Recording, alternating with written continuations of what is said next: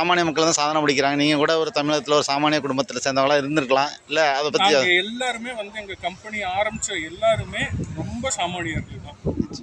நாங்கள் சென்னையில் வளர்ந்து மதுரையில் படித்தோம். நாங்கள் மதுரையில் தண்ணியே கம்மி தான், இருக்கிறதே கம்மி தான். அது போக வந்து இன்றைக்கி நிறைய இண்டஸ்ட்ரியிலலாம் பார்க்குறப்ப எல்லாம் கலர் கலராக தண்ணி வெளியில் வரும். அந்த தண்ணி திருப்பி பூமிக்கு போய் திருப்பி நம்ம குடிக்கிற தண்ணியை தான் பாதிக்குது.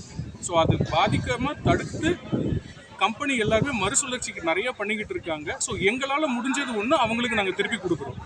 ஸோ இது வந்து ரொம்ப காஸ்ட் எஃபெக்டிவாக தான் நாங்கள் பண்ணியிருக்கோம். ஸோ இது ஒரு கம்பெனி மட்டுமே கிடையாது. இப்போ ஒரு சாக்கடை வசதி இல்லாத இடத்துல கூட நம்ம இந்த யூனிட்டை வச்சு ஃபுல்லாகவே நம்ம அந்த கழிவு நீர் எல்லாத்தையும் எடுத்து நம்ம உற்பத்தி பண்ண கழிவு நீரை எடுத்து திருப்பி நம்மளே உபயோகப்படுத்த முடியும். குடிக்கிறதுக்கு தவிர மற்ற எல்லாத்துக்குமே நம்ம யூஸ் பண்ணலாம். இப்போ பாத்ரூம் கழுவுறதுக்கு, பாத்திரம் தேய்க்கிறதுக்கு, கார் கழுவுறதுக்கு, பைக் கழுவுறதுக்கு, வீட்டில் டெய்லி நம்ம தண்ணி தெளித்து கோலம் போடுறோம். ஸோ அதுக்கு கூட நம்ம யூஸ் பண்ணலாம். ஒவ்வொரு துளியுமே இன்றைக்கி வந்து ரொம்ப பொக்கிஷமானது.